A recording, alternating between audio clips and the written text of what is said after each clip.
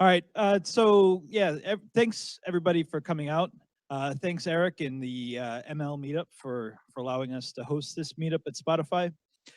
Uh, my name's Josh Bear. I'm a PM on a team that does machine learning infrastructure. I'm not actually Romain. I'm just doing a little bit of introduction into the topic area, like what specifically is machine learning infrastructure versus machine learning itself.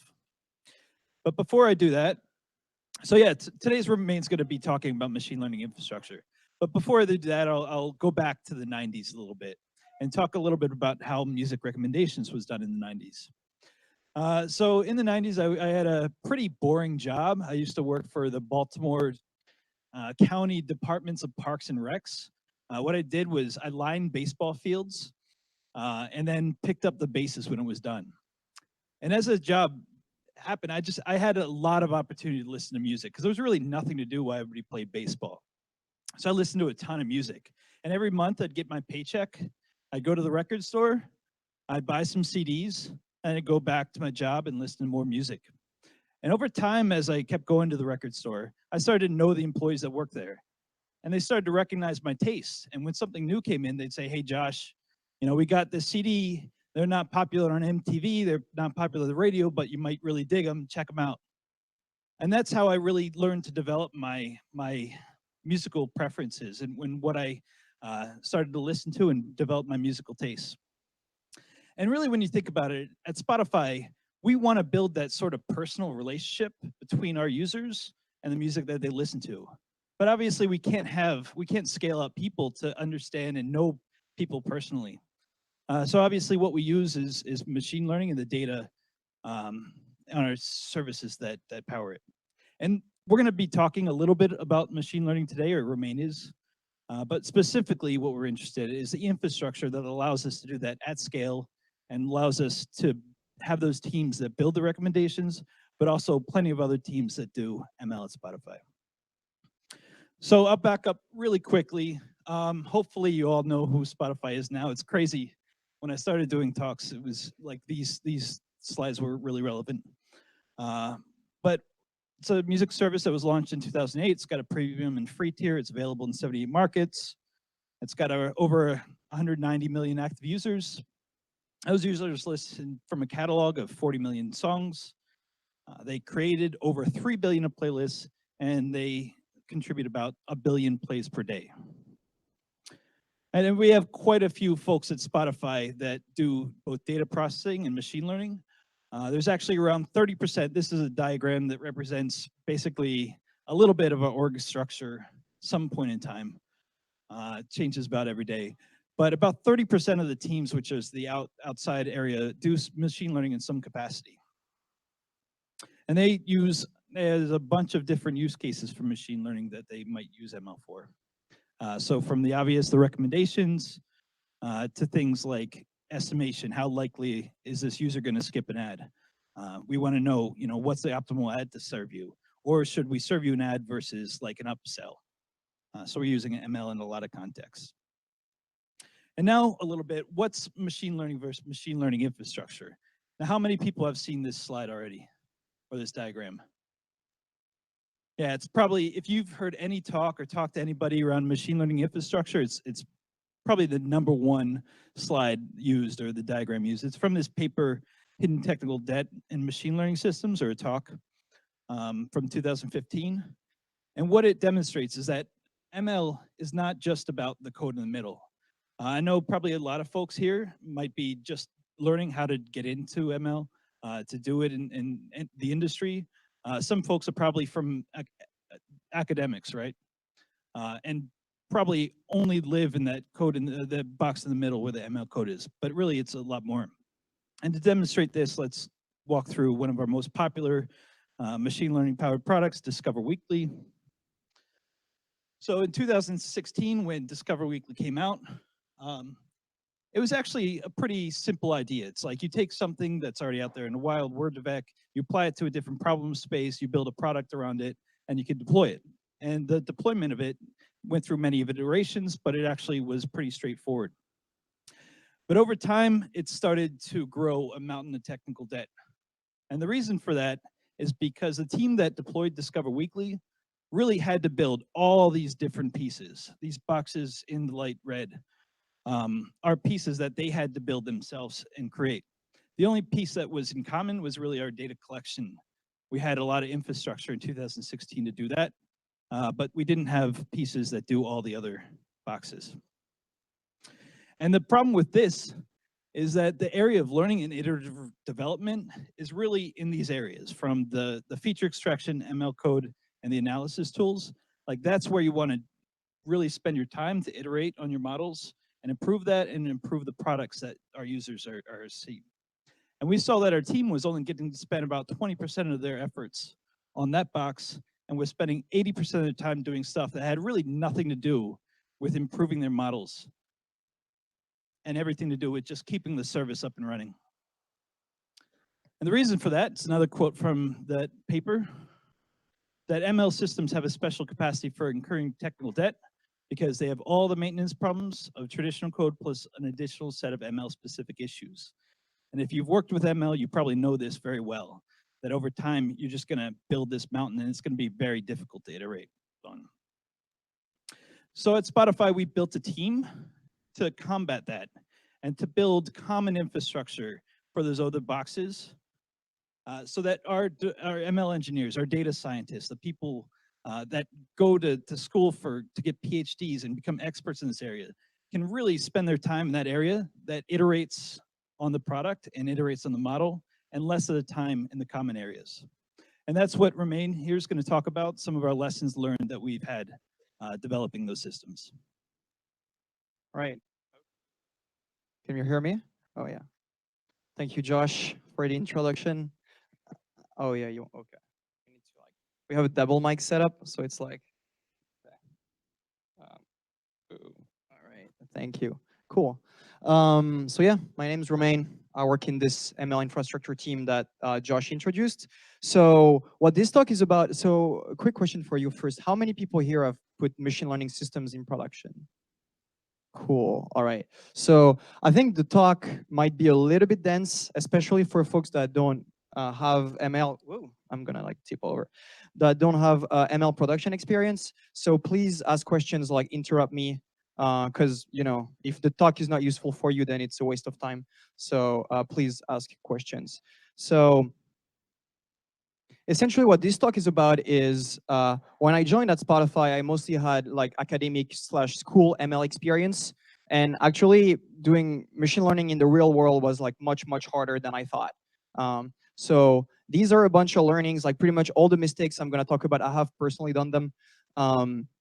So yeah, that's the talk I wish I saw before I started working at Spotify. So to start, I think it's useful to start with an example.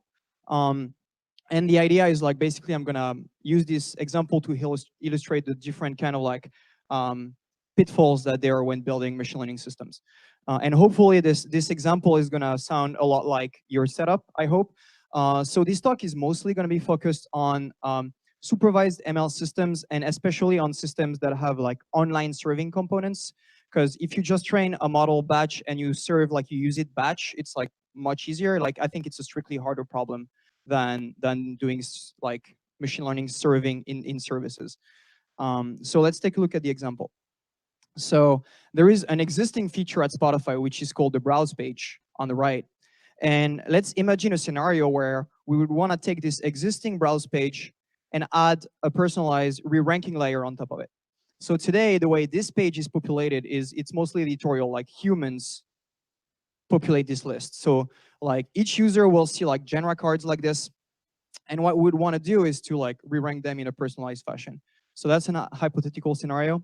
But how would we go about building such re-ranking service? Well, the first thing that we would want to do is basically define some kind of like success metric. So we show this like genre cards to users, and some users will click some cards, will like them, and some users won't. So if we can define a success metric, like say, I open my browse page and I see this card and I like it, we want to quantify that somehow.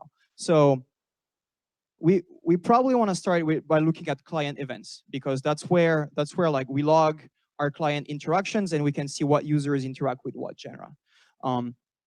We probably don't want all client events. We want like the relevant events, which are the ones that are generated by the browse page. And now, if we think about a kind of metric that we might want to optimize against, some really naive metric that comes to mind is the click-through rate, basically. So let's say that user A shows up on browse, sees like a bunch of genres, and clicks one of them, right? So we might want to train a model to try to predict, given a user seeing a given genre, what's the likelihood that they're going to click on that genre, right? And once we have this model, we can use it to re-rank the browse page in a personalized manner. Does that make sense? Cool. So by the way, like this metric is pretty bad.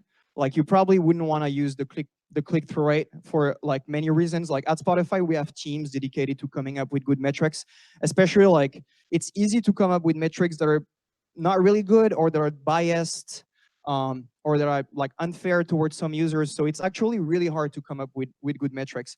I picked this one because it's simple and because I want to focus on systems for this talk. So okay, so we have user IDs, we have genera. Can we feed this table through a classifier directly? No, we can't. Like these are user IDs. The model is not going to be able to like predict the click given just user IDs, right? We need to like augment, we need to decorate our data with external data to be able for the model to like pick up signals from the data. So usually at this stage, what you want to do is you want to join your table with external data sources. So you have like, user data on one hand that is keyed on users. You have a genre data that's keyed on genera, same thing for playlists, because at Spotify, genres are basically a bunch of playlists. So what that might look like is we still have our user ID or genre ID, and now we have an age column, right, that we got by joining on the user table. Make sense? So now we have augmented, we have decorated our data.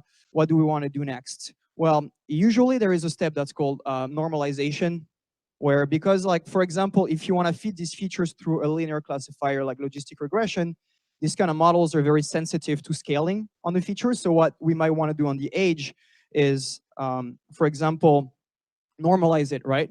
And a very common way to normalize these kind of features is to apply like standard scaling, like basically like take the age and each value you will subtract the mean and divide by the standard deviation. Hopefully that's like pretty basic kind of normalization. There are like countless other normalization. For example, if you work with neural networks a lot, you might want to do one-hot encoding for categorical variables. So all these kind of feature transformations would happen at this stage.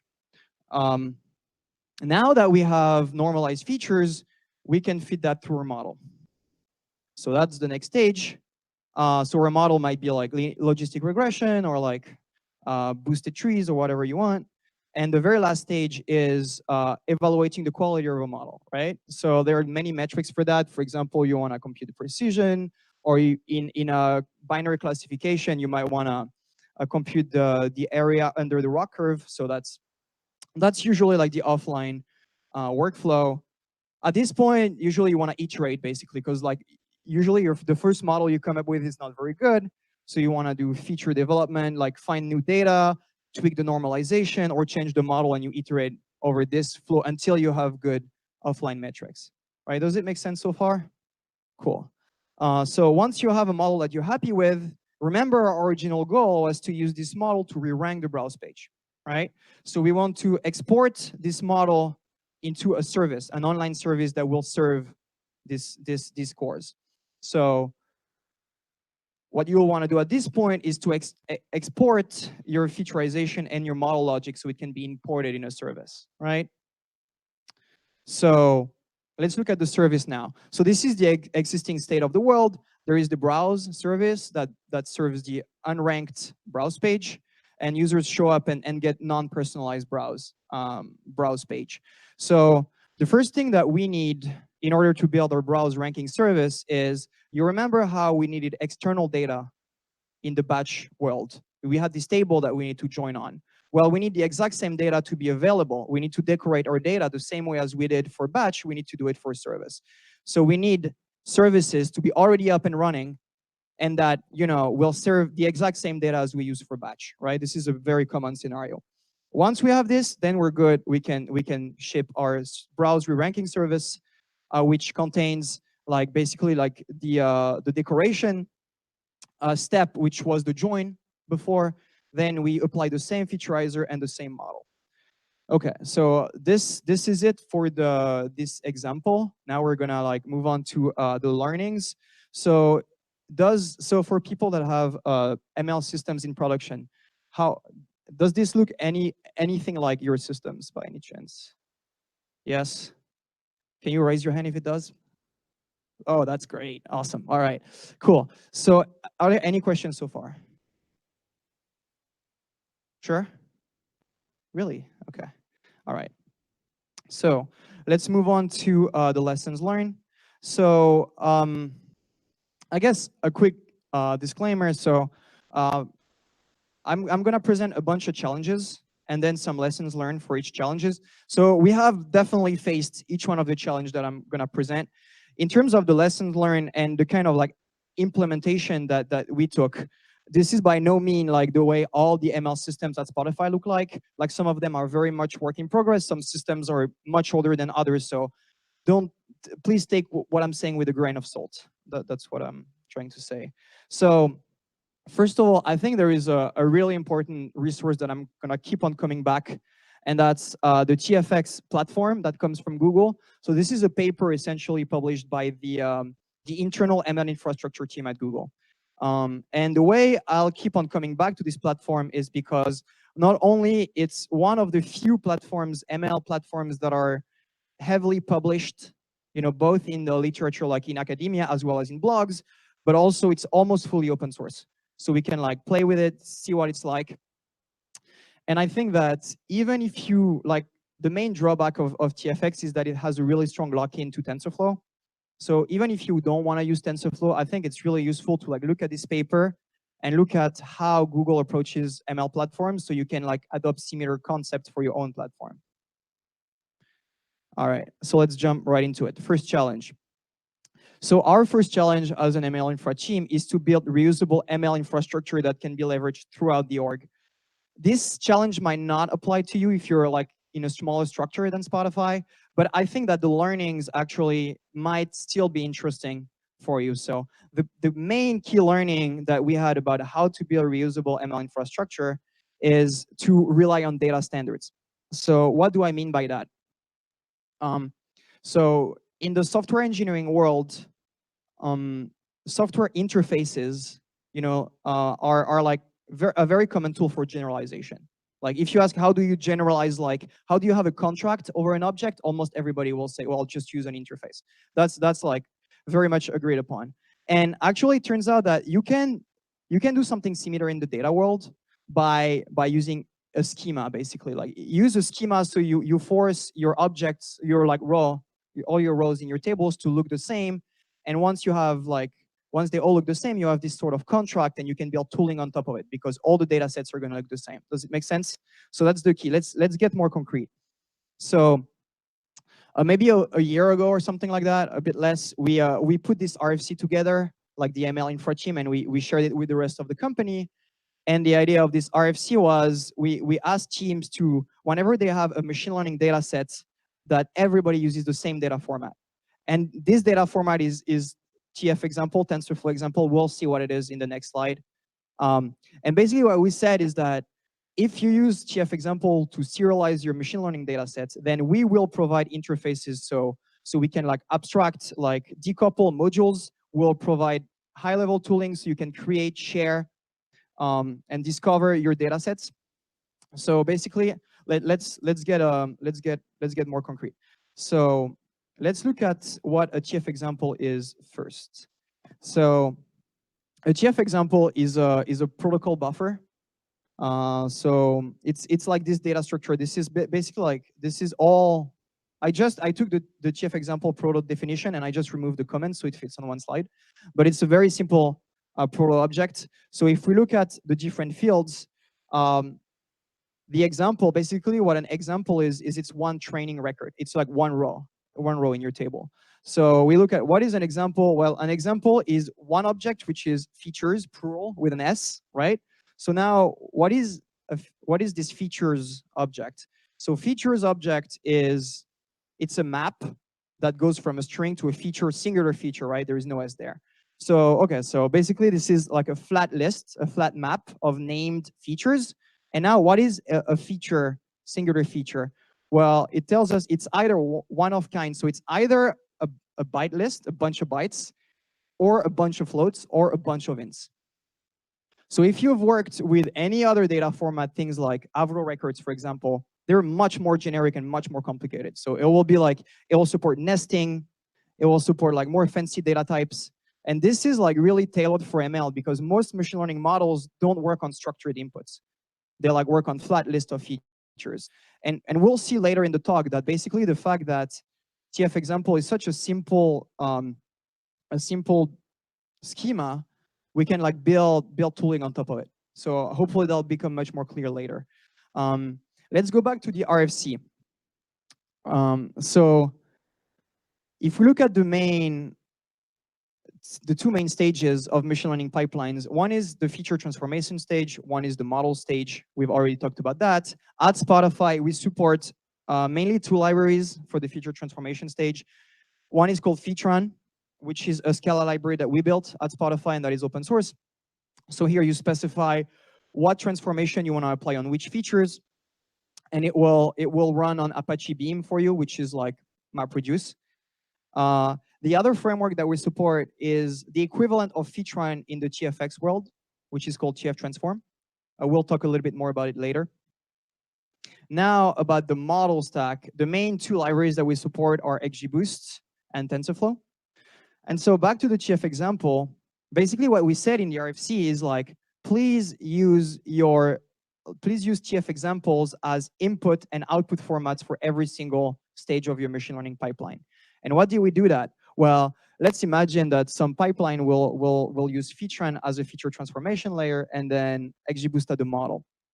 Now, like yesterday, the TensorFlow folks released like this TensorFlow ranking library. I don't know if you saw that, but like some people would be like, oh, we use XGBoost for ranking because it turns out to be one of the best ways to do ranking.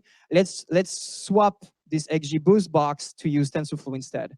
Well, if they use TF examples, basically like we as an infrastructure team guarantee that there is total decoupling between the feature transformation logic and the model logic. So they will be able to switch to TensorFlow without any change in the feature transformation. And that's true for both the pipeline as well as the service. Does that make sense? It's kind of clear how like these data formats help? Cool. So that's it for generalization. Any questions so far? Nope. Okay. Yes. Oh, awesome.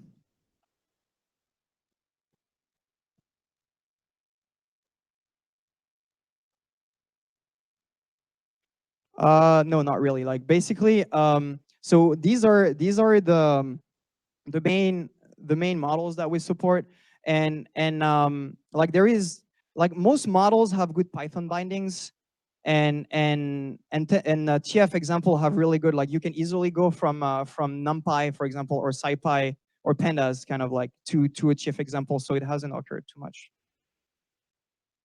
Any other question?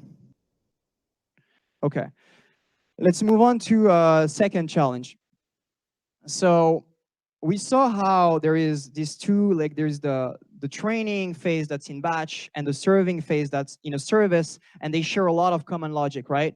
So how about like, you know, it's easy to make choices that will make it hard to keep this training and this serving path really aligned. So what do I mean by that? So one of the first things we learn is that it's really important to have a setup that makes it easy to share both the logic and the weights. So let's look at our example again. Let's come back to it and make it a little bit more concrete, like a little bit more realistic. So what might the normalization feature box look like? So the most common feature transformation library at Spotify is Featuron. We already talked about that, which is a Scala library, right? So if you want to use Featuron for the feature transformation, you need to import the Featuron jar from the Artifactory. And then the second thing you need to do is to define what we call a feature spec. A feature spec is just, you say, I have my age feature. I want to apply standard scaling on it, where standard scaling is one of the 20 or something transformations that ship with Featuron. Does that make sense? And so what feature is going to do is it's going to first do a pass over the data, compute the mean of the age as well as the standard deviation, and then apply the normalization. Does that make sense? The other thing that it's going to do is it's going to save this constant to a file. Why? Because you want to apply the same feature transformation in the service, right? Same feature transformation means you not only need to standard scale your age, but you need to standard scale it with the same mean and the same standard deviation that you use for training. Does that make sense? Cool. Okay. So that's the feature transformation box. Now let's look at the model. So the most common library at Spotify, as I said, is XGBoost. And most machine learning practitioners will want to use the Python bindings for XGBoost because that's the language they're used to using. So you train your XGBoost model and you produce like a file that contains the binary of your model. So now let's look at how this example would look like in a service. So the featureizer, well, it's pretty much the same as what we talked about, right? You need to import featurean, like the library, with the same version, of course. You need to import the feature spec as well, right? To know which feature transformation to apply on which feature. And you need to plug the right settings in there, right?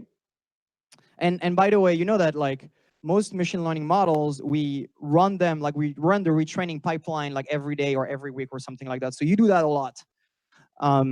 Then about the model, well, it turns out that at Spotify, we have very strong architectural guidelines that prevent us from shipping any service that's not in Java.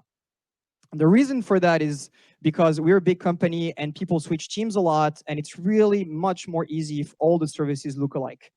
And what that means is that you can't write a service in Python, you can't write a service in Node.js or anything like that. So like here, when you import the XGBoost library, you need to import the Java bindings and not the Python bindings. So it's not really exactly the same bindings as used for training, but you really need to make sure that it's the same version, or otherwise like terrible things can happen, right? So you see how there are like a lot of moving pieces. So it's actually like really easy to get things wrong, to plug the wrong model, like to mess up with the model refresh. So now let's think about how we can make that easier and less error prone. So the first thing is it might be useful to see exactly what are these moving pieces that we're shipping between the pipeline and the service. So if we formalize a little bit, what do we do during predictions? We have two main steps that we saw.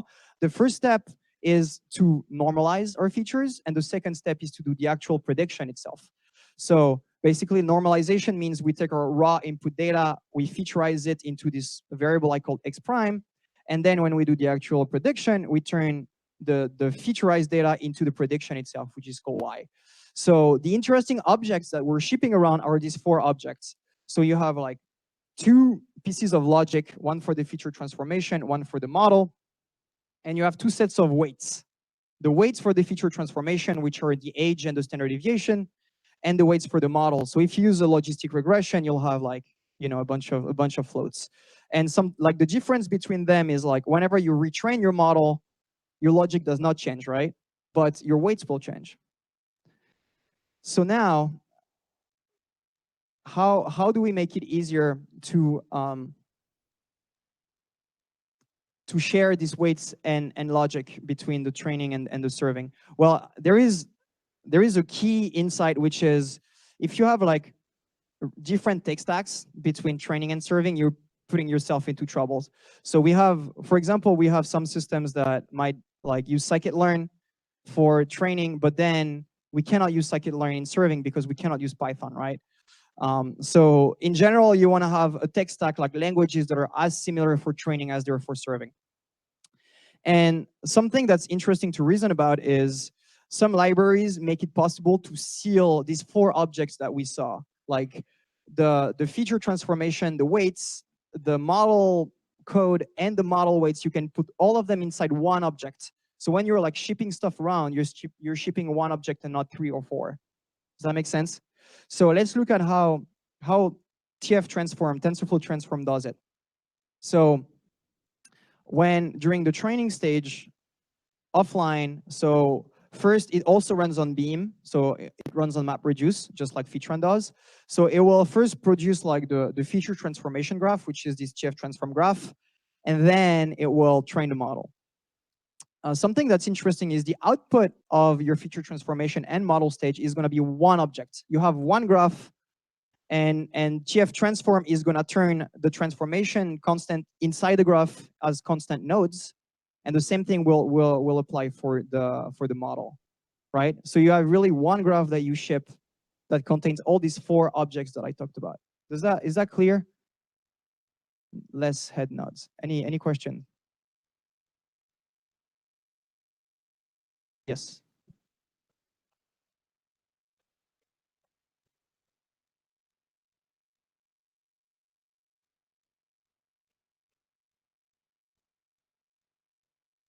You're saying limitations?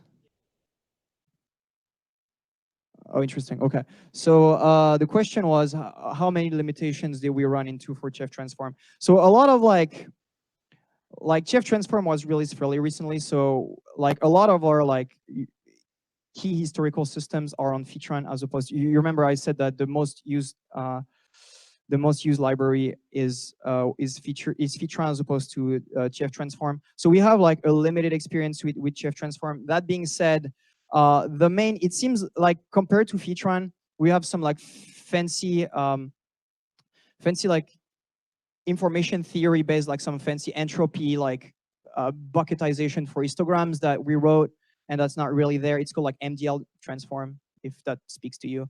So that's not in TF transform. That was one that was missing. Also, like so far, like the NLP nodes in TF transform are not enough for our needs, but that's a short end. Does that answer your question? Cool. Any other question? Okay. So let's move on to learning number 3. So we talked a lot about sharing the weights and the model and feature logic. Now let's talk about the decoration logic. So if you remember, like this is the decoration logic where we augment our data with external data sources. And really, what are we trying to do when we decorate? If you think about it, in this offline setting, we're trying to rebuild the state of the world as it was when the user saw this genera card, right? So like the user saw the genera card at some point in time, and we're trying to like rebuild the context and see what led this user to click this genera. And so if let's say like one of your feature is very static, like for example, age doesn't change. So you know, if your log is from like yesterday, the user age today, it's not going to be too hard to like rebuild the age of the user when the log event happened. Now, what if one of your feature is much more dynamic? Let's say that one of your feature is this genre that the user is seeing, has it been streamed by the user in the last 10 songs? Right? That would be probably a good feature to have, a much better feature than the age. But you can imagine how in an offline setting, it's really hard to be like, oh, what was the last 10 songs streamed at the time of the logging of the impression? And like, you know, computing is this genre part of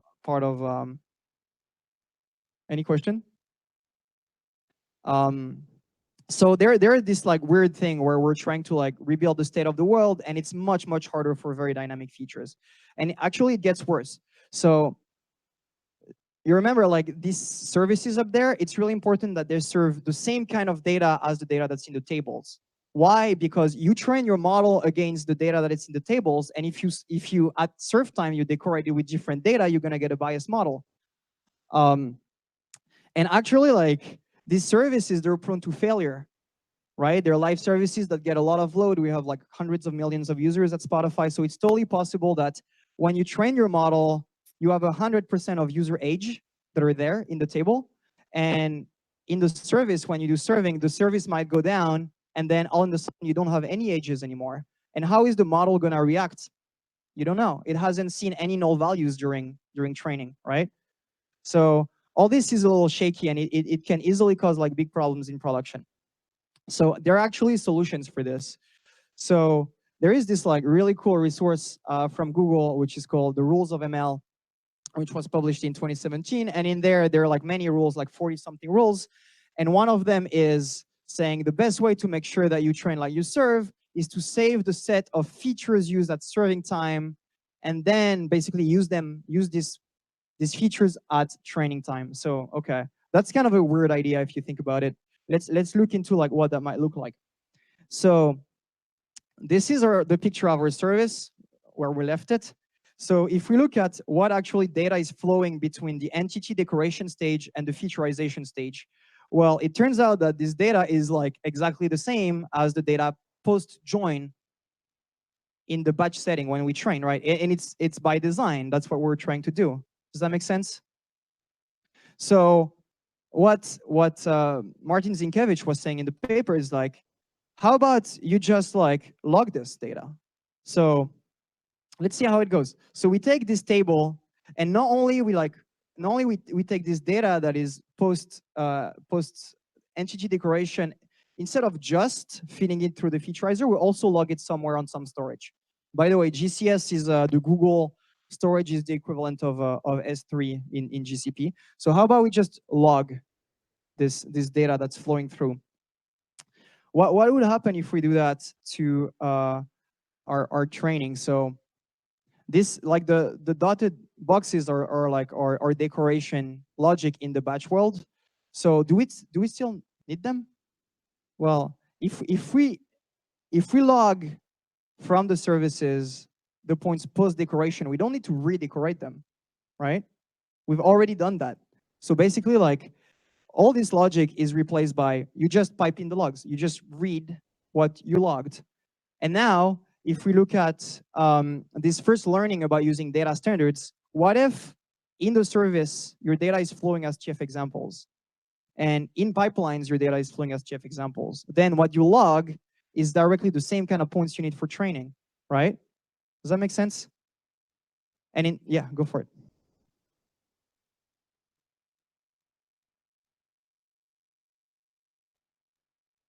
Yes, so the question was, does it mean that if you want to add a new feature, you need to first add it to the service so that it's logged? And the answer is like, yes. So that is a big, if you think about it, that is a big shift in sort of like the way, the mental model of how you do machine learning. Because when I unrolled the example at the beginning, it's pretty easy to see that to ship the first version of ML model, you need to have a batch-centric world. You start by training the model batch, and then it's really natural to keep this batch-centric model on, even if ultimately your model is used online and not batch. And so, as we saw, this causes like huge risks of like training serving skews. And so basically what this paper is claiming is that you can make the service much, actually there was a quote that I removed, but in there, he's saying that YouTube is basically did this, like replace the joining logic by logging, and they got like massive improvement, both in quality of the service, like reliability, as well as they removed basically a ton of code. And they were saying that they're pushing other teams within Google to do the same. Yeah, go for it.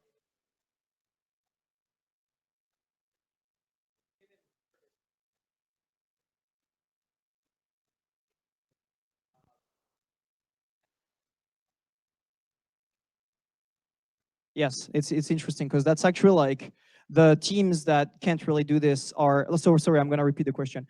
So the question was, this becomes hard if your reward, if your metric comes much after logging. Like for example, we do have that at Spotify. So let's say your metric is this user on the browse page? Is this user still going to use the browse page 15 days later? Let's say that's one of your features. Then that means that you need to wait 15 days to compute this feature. And then in this case, it makes using, that's like the main scenario where you wouldn't want to use it. But you can argue that, yeah, it's a hard case, even if you do the joining batch, because you're still forecasting 15 days in the future what's going to happen. So you still have this lag somehow, but that's a great point. Any other, yeah.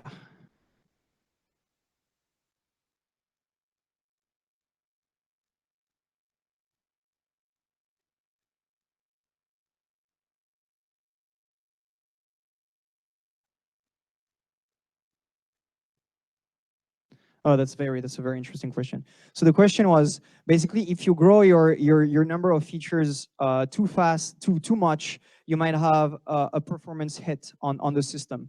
And so you have a trade-off where you want to add features to make the model better, but if you make the whole system more cluttered and slow, you're going to hurt the user. And so what do we do about that? Well, I don't think we have general guidelines about that. So basically, like the idea is. So this TF example, you can add and remove features however you want. So like it's up to the team basically. Like it's a product specific question where it's like you're really like adding bits of like of knowledge of data through each feature you add. Then this might have a good impact on your model. This same data might have a bad impact on performance. And then it's really like it's a product question. Is the improvement of the model, does it justify the extra complexity as well as the extra slowness of the service? You see what I'm saying? Like I don't think there is a generic answer. Make sense? Any other question?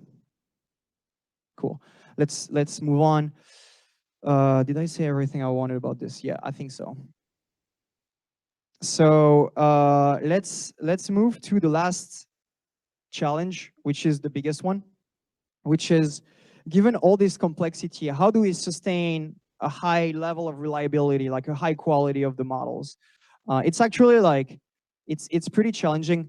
There is this like really cool paper, which is what's your ML test score, which was published in by Eric Breck, I think last year. And in there they say ML in real world production system is complicated by a bunch of different issues that you don't quite find in like offline settings. And so testing and monitoring are really key if you want to keep like production system healthy. So the first thing that we realize is that it's like important to validate your data. So there are like three main stages. Is it? Maybe I should give a little bit more context into why there are reliability issues, in case that's not obvious. So we saw that. We saw that ML systems are pretty complicated. Like there are a lot of moving pieces, not only inside this ranking box, but there are all these external data sources that we depend on, right? Like this user service, the general service, the playlist service. And these services might be really complex and have reliability issues themselves. And then that propagates to the ranking model itself. So you can't really control the whole environment easily. So it's really important to like add extra checks. Does that make sense? Does it make sense why it's hard to keep models reliable? Okay. So one of the primary way to do checks is to make sure that the data that is flowing through your system looks like what you want it to look like. So 3 stages for data validation. The first stage is to validate data against a schema. So what is a schema? It's like a human curated like data that you know what your records should look like. So for example, if you have an age feature, you're like humans will know that the age is not supposed to be negative, right? Like the machine cannot know, right? The machine is just like moving a float around. So this kind of human knowledge is really important to like bake in schemas so that you can check that your data is not messed up. So by the way, I'm going to refer to TensorFlow TFX quite a bit here because they have a really neat data validation package. So in the TFX world, they have a protobuf object that's called a schema where you can encode these properties about the data. So if we look at, it's a really big object. Actually, I truncated most of it. But one of the things in there is for each feature, you can define a domain. So for example, for the age feature, you might say, oh, I'm like an int, and my int domain is between 0 and 100. And any data that's outside of this range will throw an error.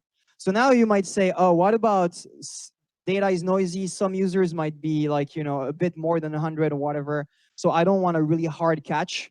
So there is another field for that, which is called, sorry, it's really small. It's called distribution constraints. And in there you can say, well, I don't need 100% of my points to be in this domain, but if you set this thing to 0.9 instead of 1, basically it will mean I want at least 90% of my points to be in the domain I defined. So you're a bit more like flexible there. Does that make sense? Does it make sense why this is useful? cool. So step number 2 is you probably want to validate your data against previous data sets. For example, if you retrain your model daily, you might compare your data set today with yesterday data set so that if there's a drift in the data, you can catch it. Does that make sense? So one thing that you need to detect drift like that is like you need a statistics object. And basically every single data set will have a statistics, and then you will compare the statistics, and if they drift away, you can throw an alert. So in the TFX world, there is a statistic protobuf object, which is also really big. And if we look into it, there are really interesting things like if your feature is numerical, you'll have like, you know, what you expect from descriptive statistics like a mean, median, you'll have histograms. And then once you produce these statistics about each data set, you can use this a property in this schema that I showed before. There is, so here is like the distribution constraints, and if we look a bit below, there is this thing that's called a drift comparator. And in there you can say if my 2 data sets are more than a threshold away in terms of L infinity norm, throw an error. So that way you can catch drifts from one day to the next. Does that make sense? So the third and last stage for data validation is to compare serving data with training data. So when you think about it, it's really exactly the same thing as what we did before, except instead of catching drift of the data over time, you're like catching if there is like a serving versus a training skew happening, you can catch it that way. But the workflow is the same. You compute statistics during training, you compute statistics during serving, and you make sure that they don't diverge too much. Make sense? So as I said, in the TFX example, there is this TensorFlow data validation library that has one neat endpoint that basically like has everything I talked about. So you pass it the statistics of your data, you pass it the schema, and optionally you can pass it the statistics from a previous run or the statistics from serving, and it will detect skews for you and it will check against the schema. Does that make sense? So that's why this library is actually really neat. So now let's take a quick look at how we might use this library in practice. So I'm super thirsty, I'm gonna drink. So the first step that we need to do, as we saw, is to compute this statistics object. So all we'll do is we'll use this function from TensorFlow data validation that computes this statistics object. So once we have that, well, we can actually like do the actual data validation itself, where we'll take the stats from the previous run, we'll diff it with the stats from the current run of data, and we'll also cram the schema in there, right? The schema is like, we said it's human curated, so usually it's checked in code, but you're gonna use it to validate your data. Is that clear? Any question? So where actually it becomes neat is what is gonna happen in the services. So remember, we said that at Spotify, we really incentivize teams to use standards data sets. So the data that is flowing, I'm saying this over and over again, but like the data that is flowing through pipelines is TF example, the same way as the data that's flowing through services is TF example. So how would we do data validation here? Well, how about we add a little like streaming pipeline on the logs? They're logged from the services, right? So if we zoom in inside this cloud, what do we want to do inside this validation streaming pipeline? Well, we can like take a window of TF examples, they're logged, and basically we can apply the exact same logic as we applied for the pipelines. So what we do is like we have control over the window size. We'll generate like a statistics object for this window size, and we'll validate it against the training stats, right? And we reuse the same schema as we used before, so that if the age happens to be negative for some reason, we can catch it there. So basically, like this code path is exactly the same. It's just running like Beam basically supports both like batch mode and like streaming mode. So like it's the same libraries that are used for both. Does that make sense? Yeah, any question? Oh, by the way, here when I say data validation, I focus mostly on the system side of things, where these are like validation that you can do from a systematic matter, like you can put unit tests or like asserts in there. There are a whole lot of like other kind of checks that you want to do that are much more like manual, where you might want to take a look at your model and like make sure the model is not biased or things like that. But like I don't talk about them too much because it's so far it's hard to like implement them in a system, in systems in a, like an automated fashion. So second to last learning, we're almost done. So this learning is about, okay, so it's saying using stateless container with like stateless in code, because in practice, it's really hard to build like truly stateless services. But there is a problem that I have that occurs pretty often in services. There is a weak point around model refresh. So the way most services will do model refresh is they will like basically do polling on storage. So the service is up, it has a model, and it's gonna talk to some storage and be like, hey storage, do you have a new model for me? No? 5 minutes later, it pulls the storage again. It's like, hey model, hey storage, do you have a new model for me? Yes, let me like load this new model and unload the previous one. And we call this like hot swap because the machine is not restarting. The service is still running and is hot swapping the model. And by the way, I say hot swapping the model, as we talked about, maybe you're not hot swapping one object, but you're hot swapping like 2, 3, or 4 objects, as we saw before, right? Like the weights, the logic for future transformation, and the model. So now you also need to, what if the model you're loading is corrupted? Well, you also need to like implement a rollback mechanism. So you probably need to expose an endpoint in your service that's gonna roll back models. Which model do you roll back? I mean, it gets like super complicated, right?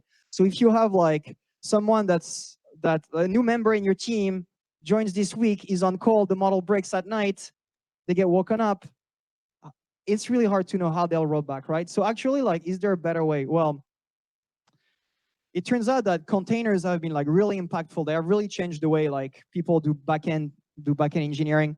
And so how about instead of having this all like custom hot swap code inside your service, how about you don't have any swapping code, but instead you have a configuration file and you hard code this service is using this version of the model, and that's it. You cannot mutate it, right?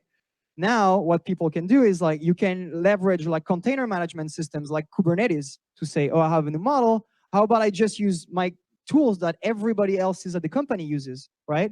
And be like, okay, Cube, roll out my model. Something breaks at night, someone is woken up, they see that this container is broken, they just do Cube rollback, just like any other service, right? Does that make sense? So it's like basically like trying to have less moving pieces. Any question? Yeah.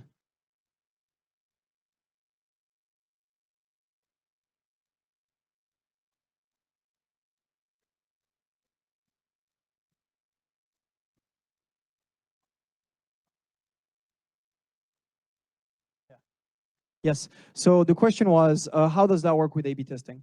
So I feel like it's pretty like usually when we do A/B testing of models, there is one golden rule, which is you don't change the code while the test is running. So what you can do is that you can let, for example, if you're testing 2 models and both of them refresh daily, you can like update the models every day, both models every day, and you're not gonna screw up your test. That's kind of a feature that the models are up to date, right? What you don't want to do is to change the code mid-flight. So you don't want to like change the behavior of A or B while the test is running. Does that make sense? So I don't think that, I don't see how the fact that you're refreshing models really impacts like A/B tests in that way. Does that? Or maybe I misunderstood your question.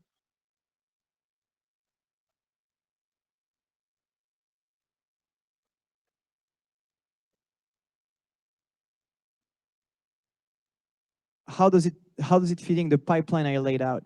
So I didn't talk about A/B testing. That's what I'm confused about. Are you asking about A/B testing, or are you asking about how this works? Okay, that's cool. And actually, like I'm gonna talk, like the next point is about like continuous integration and delivery. Actually, it turns out that I had a complicated graph in there that I removed, but yeah, let's take it offline. So so this is the last learning. And this learning is about leveraging continuous integration and delivery for machine learning. So most most teams do some sort of CI/CD. I would argue that machine learning systems are more error prone than most systems. They're more scary than most systems. And it's really important to like use CI/CD to its full potential for ML. So for example, something that we do at Spotify is pretty commonly we'll have a CI/CD set up for the pipeline, and then we'll have another CI/CD set up for the service.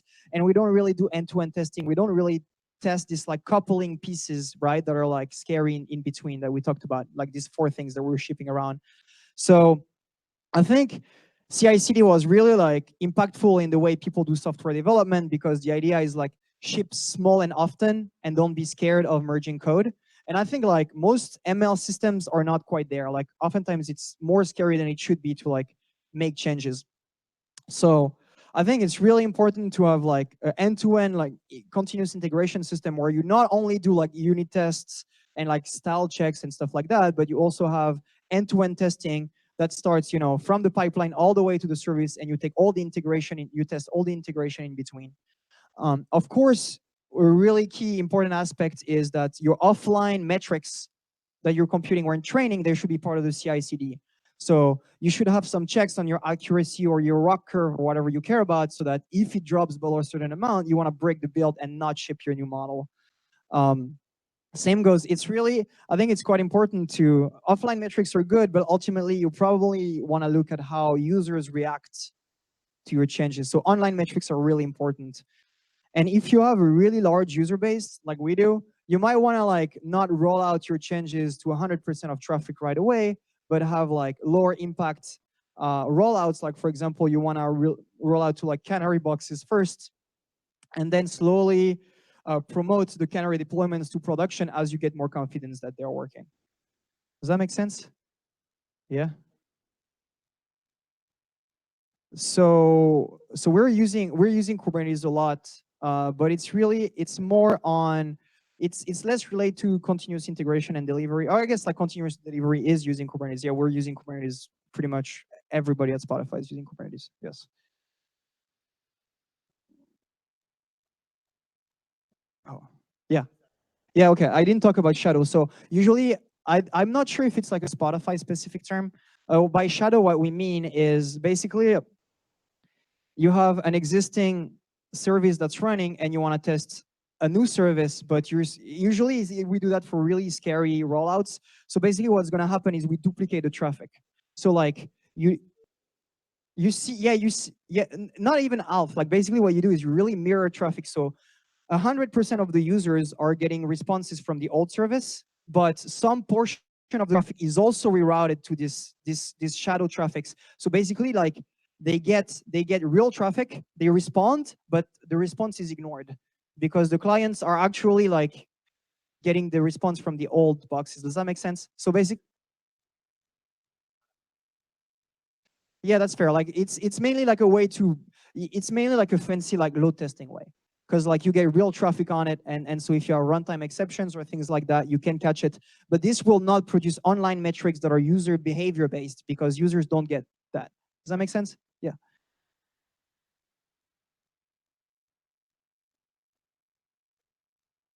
Sorry, I can't hear.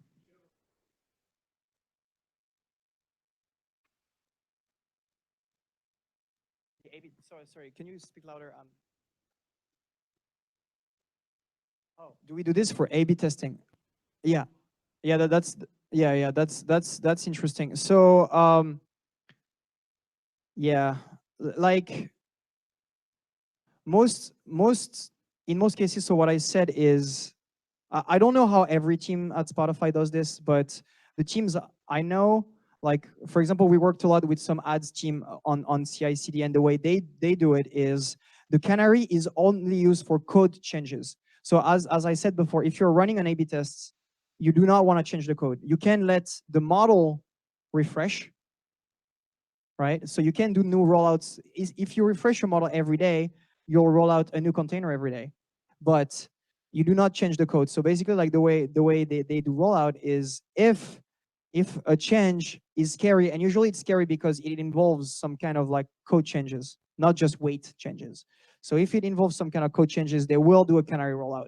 But if they do a code changes, a code change, that means they're not doing A/B testing, because as we said, the golden rule is do not change the services while the test is running. Does that make sense? Not really. Can you, maybe I missed your question. Okay, we can. I guess I have a problem with understanding A/B testing questions tonight. I guess we can take it offline. Any other question? We're almost done. I guess we can have like a time dedicated for question or beers. Yes. So to summarize, our 6 learnings are rely on data standards, share logic and weights, share decoration logic, validate your data, use stateless containers, and leverage CI/CD for ML. Now I have a little appendix, a little like shout out to the team, I guess. Like, so what is the kind of stuff that we're working on next? So there is like one really hard piece that I talked about a little bit, but like these user services up there, in practice at Spotify, they all look different. So basically like this piece of code here, the entity data decoration is a mess because it needs to talk to like a bunch of services that don't look alike. And so what we're working on is basically building an online feature repository where all entity data service will look the same. They would have the same contract. So basically we can build like some sort of like an online feature lake or however you want to call it. And every single team at Spotify can leverage features from every other team because they all look the same. So that's something that we've barely started to work on that we're gonna work on next quarter.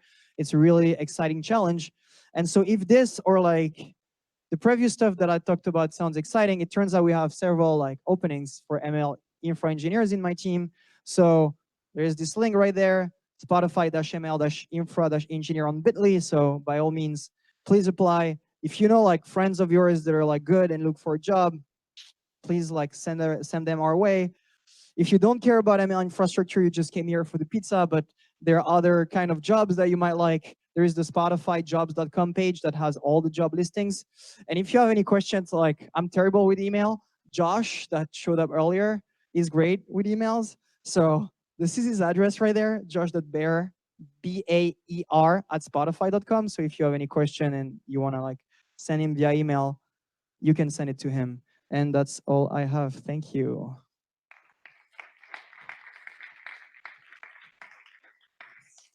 Cool. All right, question time. Let me put this slide. Yeah. Ooh.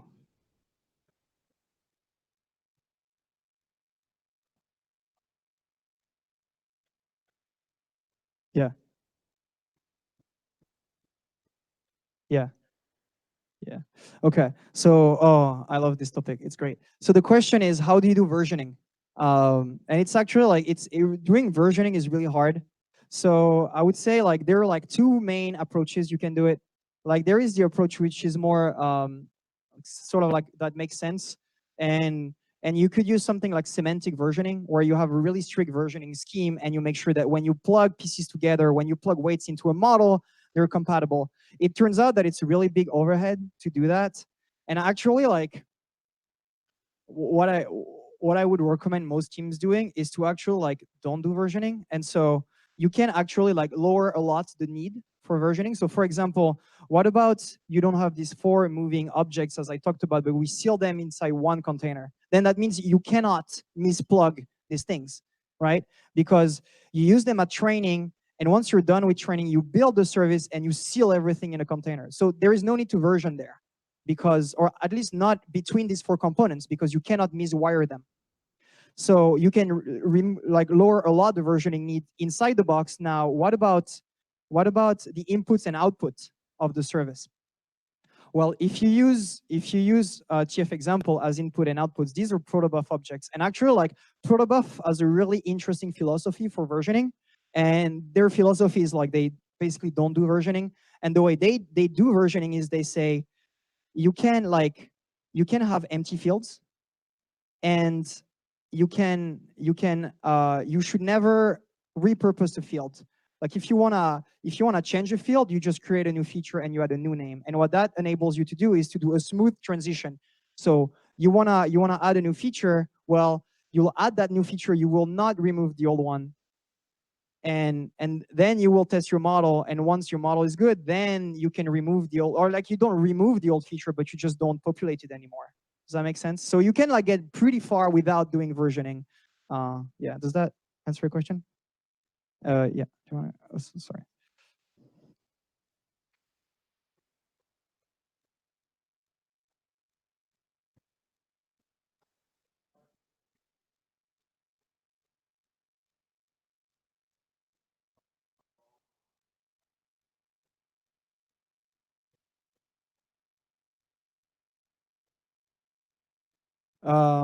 That's an interest. So like clients, so as I said, like the chief examples are mostly used to serialize machine learning data sets. So any kind of drift that would happen in the data that you logged, like I drew this box where we log right after we join data in the service, this entity decoration stage. So whatever problem happens there, you can catch the drift there. Now, what happens if you have some like fancy drift in the client logs itself? Well, client logs, we don't serialize them using like TF examples. They're like these complicated, like nested log events. And so we cannot use TFDV. So it's much, much harder. That's where you can see that when you use like these standards, you can apply the same data validation tools all across the board. But when you break out of it, when this like contracts over the data, when this standard doesn't work for client event, then you cannot use any of the tooling that we use for ML.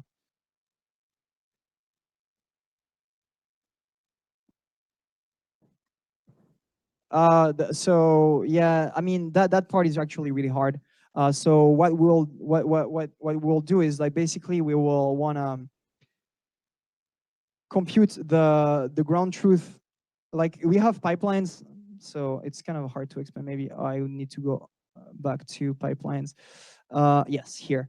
So where am I going? Sorry, yes, here. So basically like this arrow that's between client events and like browse events, here there is a whole lot of massaging where we're actually like computing the ground truth itself, right? So, and this ground truth will like need to join it with these logs over there so that we can know that this impression was successful. So like basically like this arrow between client event and browse event is like it's the feature team has to do it. Like we don't provide infrastructure for that.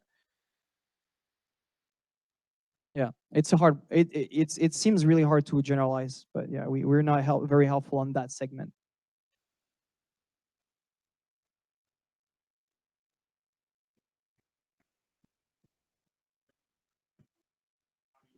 Okay. Yeah. Yeah, sounds good. So the flow. So that part is okay. So for drift, oh, that's interesting. Well, so I guess there are like two kinds of data validation. One is the statistic validation. So for example, drift is a kind of statistic validation.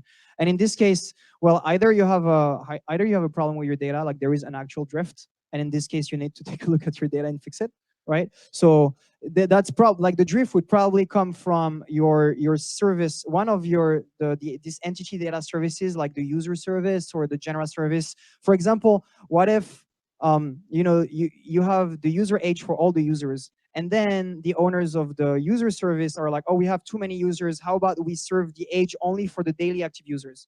And now you start having a lot of null values. And when you compare your training stats with your serving stats, you're like, wait, I have a lot less ages than I used to have.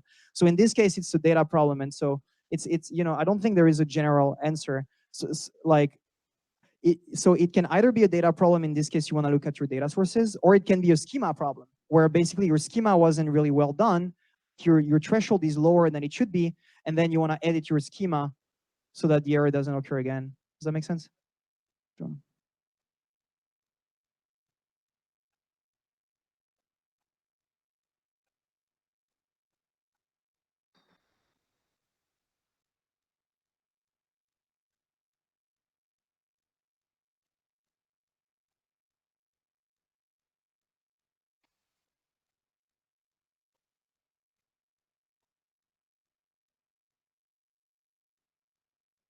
Yeah, that's interesting. Actually, like yeah, that's a great question. The way you add, so if you're using this Chef example, it's like this whole protobuf object where you want to add a feature first, right? Before, like, that was it your question? It was someone's question about, like, yeah, that was your question about, like, if you want to add a new feature, first you'll add it before you use it. So like, you know, like you have like this small interval of time where you will have some machines that will log all the features, and some machine will some machine will have the added features, and some boxes will not have the added feature. But like that happens only during your rollout, right? So when you retrain your new model, you want to make sure you have like you need to have a bunch of data already logged. So like you want to like start from the data partition, which is after you have like all the deployments have happened. No, like I guess you can just take the data for the next day. Like a lot of like the way Spotify data is organized is like for the really big services, we have like hourly partitions. A lot of them are daily, so you can just take the next day or something. But I wanted to say something. Yes. Oh, something I forgot to say, by the way, is like when you add this like logging on the serving side, you probably don't want to log for 100% of the users. Like a lot of services get too much traffic. That would like basically like totally kill the service to log. So you can actually like do consistent sampling. So for one consistent percent of the users, like always the same users, you will like log just this 1% of users event. Yeah.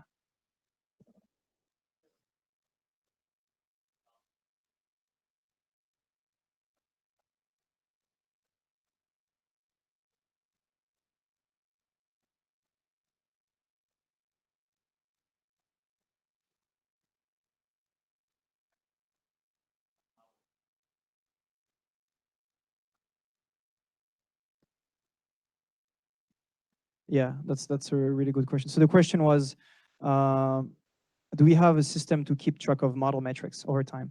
And the answer is not really. Like we have some more like researchy tool, um, which like some teams, especially the recommendation teams, will use, and they will like log their experiments in there, so there is like metrics over time. But we don't have, unfortunately, we don't have a company-wide tool for that. That's lacking. We're really like, we're very invested in GCP. Like we run all our infrastructure in GCP, and so we're very close to them. And there is a tool that looks promising that was open source recently. We're not using it in production by any means. It's called like Kubeflow pipelines. It was open source by the GCP folks, and it's modeled after the FB Learner Flow framework from Facebook. And that, if that's the kind of problem you're trying to solve, it seems like, I mean, they do have a UI component that ships with Kubeflow pipelines, and it has, it's kind of like you can diff runs. So that might be a solution we're going to look at in the future, but we don't have really anything good so far. Any other question? Cool, that's it. All right, thank you so much.